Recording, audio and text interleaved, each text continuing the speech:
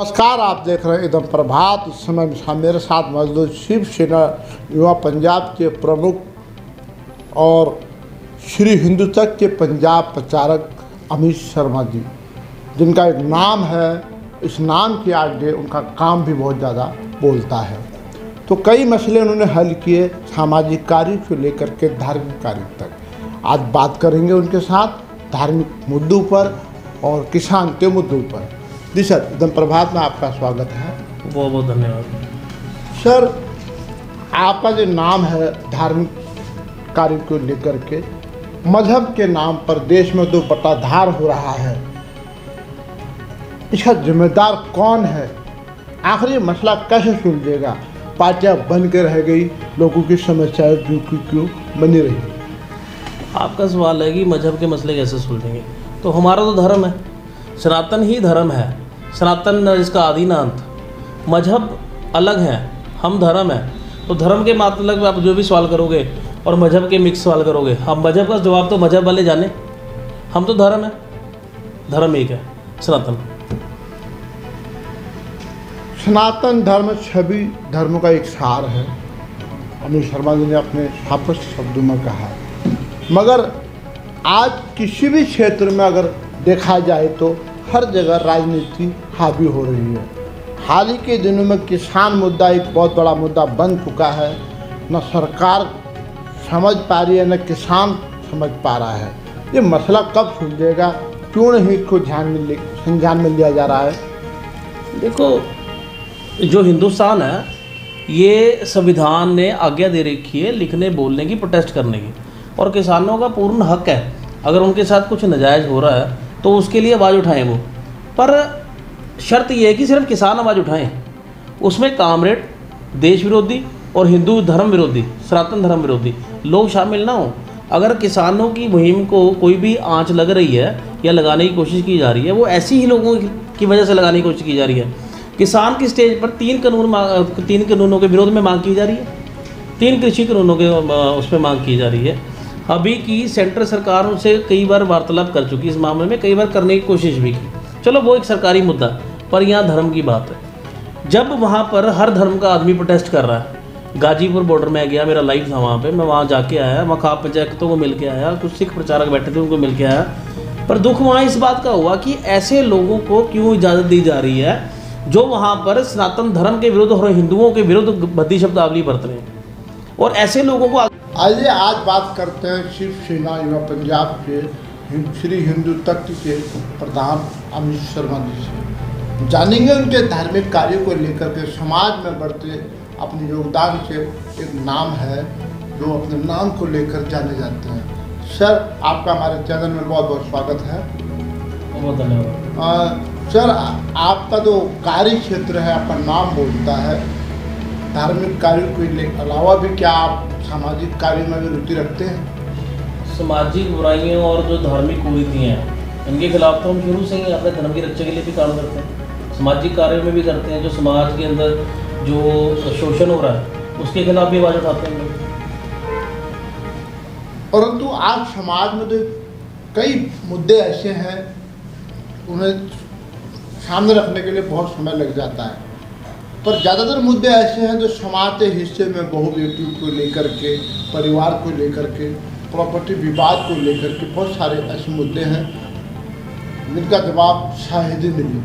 परंतु जिस प्रकार से आप जनता के बीच में हमेशा अपने काम को लेकर जागरूक रहते हैं, ऐसे एक मामला हमारे सामने आया है खरड़ में 10वें नगर के प्रॉपर्टी को लेकर के।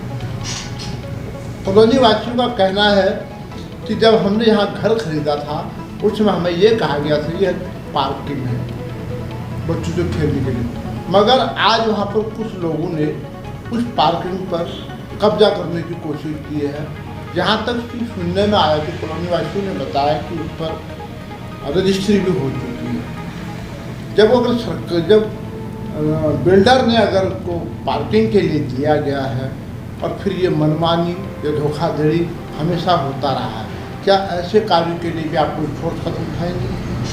देखो, खरड़ के अंदर आप देखो कि प्रॉपर्टीज़ ने अपने बिल्डर ने प्रॉपर्टी के ऊपर फ्लैट खड़े किए हुए हैं। हमेशा नक्शे के अंदर दिखाया जाता है कि ये एरिया जो है पार्किंग एरिया है, ये एरिया जो है खेल के लिए है, ये स्पोर्ट्स के लिए एरिया, ग्राउंड एरिया है। पर 2 बिल्डिंगें खड़ी करने के बाद जो बीच का एरिया दिखाते हैं स्पेस का, उस एरिया के ऊपर भी बिल्डिंग खड़ी कर दी जाती है। उसमें वो जहाँ वो लोग बसनीक हैं वो बेचारे बोलने के अलावा को ठोस कदम नहीं उठा पाते। ऐसे ही मामला कुछ साल पहले शिवजोत में भी था हमारे यहाँ। शिवजोत में भी कई दिक्कतें आई थी, कई तंगियाँ आई थी। फिर हमने वहाँ उन लोगों को मिलकर वहाँ स्थानिक लोगों के साथ लेके प्रोटेस्ट किया। हाईवे तक जाम हुए, FIR तक दर्ज हुई नेशनल हाईवे जाम करने की। पर ये कि आखिरी में जो जीत थी वो जनता की हुई, वहाँ के जो लोग थे उनकी जीत हुई और बिल्डर को घुटने टेकने पड़े। पंजाब में ज़्यादातर नहीं, या खरड़ की बात करते हैं जो सराउंडिंग एरिया, या भूमाफिया कब्जा बढ़ता जा रहा है। इस भूमाफिया ने मंदिर तक को नहीं छोड़ा। अभी यहाँ एक मंदिर खरड़ में है, उसकी जगह वो भी हथियाने की कोशिश की जा रही थी, वहाँ दुकानें बनाई जा रही थी। तो हम वहाँ पर भी गए, हमने वहाँ भी दखल दिया क्योंकि हम एक धार्मिक जत्थेबंदी भी हैं, हमारा वहाँ जाना बनता था और हमने वहाँ विरोध भी तेज किया। हमारे विरोध के बाद वो भूमाफिया जो बिल्डर थे उनका वहाँ से दखल होना बंद हुआ। अब जिस पार्क की आप बात कर रहे हो वहाँ आसपास लोग वसनीक रह रहे हैं। नक्शे के बीच, जैसे ये नक्शा दिखा रहा हूँ मैं आपको, इस नक्शे के बीच में भी ये नक्शा पार्क है और इस नक्शे के बीच में भी वो पार्किंग की जगह, अगर उस पार्किंग की जगह को कोई प्लाट काट के दे देता है या कोई वहाँ पर कुछ नींव भर के उसारी करता है, तो ये मामला जो है म्यूनसिपल कॉर्पोरेशन के ध्यान में होना चाहिए, योग्य ध्यान में होना चाहिए। और अगर उनके ध्यान में है, उनके ध्यान के बगैर तो ये काम हो नहीं सकता। ये अगर मिली जुली साठगांठ से काम चल रहा है तो इसके खिलाफ तो हम शुरू से थे और आज भी हैं, कल भी रहेंगे। हमारे पे तरह तरह के एलिगेशन जो लगाना चाहता लगा ले, पर जनता के साथ जहाँ हमें बुलाया जाएगा, अब इस मामले में जहाँ के लोग बसनीक हमारे साथ टच में हैं, उन लोगों के कहने पे एक दिन रखा जाएगा और वहाँ पर एक धरना प्रदर्शन किया जाएगा। और अगर वहाँ बिल्डरों की दखल ना बंद हुआ तो उस प्रदर्शन को, संघर्ष को तीखा करते हुए मेन रोड तक लेके आएंगे। प्रशासन को कहीं ना कहीं देखना होगा कि आम लोगों का जो पैसा है, जो आम लोगों के साथ विश्वासघात की जा रही है, वो कहीं ना कहीं बिल्डरों के खिलाफ एक्शन लेने का समय है। और इनको समझाना भी, कड़े तरीके से समझाना भी पड़ेगा कि जो बिल्डर हैं वो अपनी मर्यादा में रह के जो जायज़ काम है वो करें। अपने धक्काशाही से, वहाँ पर मुझे एक व्यक्ति का फ़ोन आया था, मिलने भी आया था मुझे, कि वहाँ पर उस एक बिल्डर है, वहाँ पर बिल्डर ने बोला कि हम तेरी लातें तोड़ देंगे। अगर आम आदमी आवाज़ उठाता है तो उसको कहा जाता है कि हम तेरी लातें तोड़ देंगे। अब आम आदमी अपने घर के परिवार को चलाए, अपने बच्चों को पाले, कि इन लोगों के साथ दिमाग लगाए, मत्था लगाए। तो ऐसे लोगों की मदद के लिए शिवसेना युवा श्री हिंदू तक शुरू से काम करती आ रही है। हम संघर्ष को तीखा करेंगे और उन बिल्डरों को नकाबपोश जो बने हुए हैं ना, सफ़ेद नकाबपोश बने हुए हैं, इनके ऊपर से पर्दा उठा देंगे। वहाँ के जो MC हैं वो भी उनके खिलाफ हैं। और जो 2 धड़े बने हुए हैं म्यूनसिपल कॉर्पोरेशन, उन 2 धड़ों के बीच में जो ये आपसी व्यक्तिगत सेटिंग बिल्डरों के साथ इनकी चल रही है साठगांठ, उसका पर्दाफाश बहुत जल्द होने वाला। हमारे द्वारा कुछ RTAs मूव की गई हैं, जिसके जो रिजल्ट हैं एक बड़ी प्रेस कॉन्फ्रेंस करके आप लोगों के माध्यम से जग जाहिर किए जाएंगे। उन RTAs में साफ तौर पे लिखा है कहाँ पर नाजायज उसारी है और किन बिल्डरों ने की है, किसकी साठगांठ से की है। सर, अक्सर देखा जाता है कि ऐसे मामले